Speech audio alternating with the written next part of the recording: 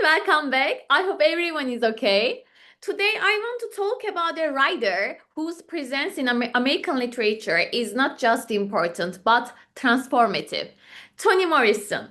When we talk about literary legacy, we often mean influence, but in Morrison's case, legacy means something deeper. It means reshaping the structure of American literature itself.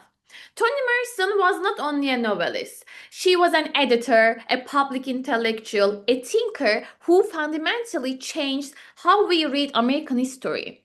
Through novels like Beloved, Song of Solomon, The Bluest Eye, and Sula, she did something radical. She centered Black interior life. She wrote Black characters not as symbols, not as social problems, not as background figures, but as fully complex human beings.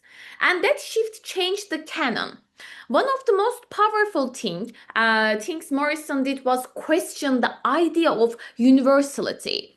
For a long time, American literature presented certain experiences as universal, but those experiences were often implicitly white, male, and middle class. Morrison refused that framework. She once spoke about writing for Black readers without translating Black life for white audiences. That decision was literary, political, and ethical. She showed that Black history is not marginal to American history, it is central to it.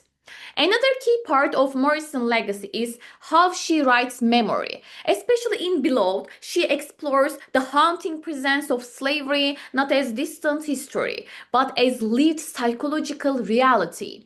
Her work reminds us that trauma doesn't disappear simply because time passes. It lingers, it shapes identity, community, and even language.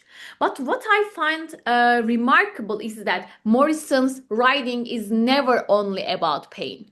It is about love, about motherhood, about survival, about beauty. Even in the most devastating narratives, there is tenderness. And Morrison's prose is musical. It moves between realism and lyricism. So between fragmentation and flow, she doesn't simply tell stories. She constructs atmospheres. And she trusts her reader. She doesn't simplify complexity. She allows ambiguity. And that trust is part of her legacy. She raised expectations for what literature can do.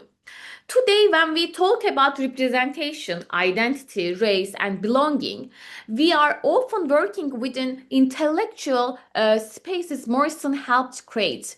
Her influence extends beyond literature. She shaped Black feminist thought, she shaped conversations about race and narrative authority. She shaped how universities teach American literature. As someone working in African American children's literature, I also see Morrison's impact in how contemporary writers approach Black childhood with depth, seriousness, and care. She insisted that Black life deserves literary complexity, and that insistence continues. For me, reading Toni Morrison was not just academic, it was transformative. Her work demands slow reading for me. It demands attention, it challenges comfort, but it also expands imagination. But it also perhaps that is her greatest legacy. She expanded what American literature could hold. She made space, and that space continues to grow. When we ask about literary legacy, we are really asking what changed because this writer existed. With Toni Morrison, this answer is simple.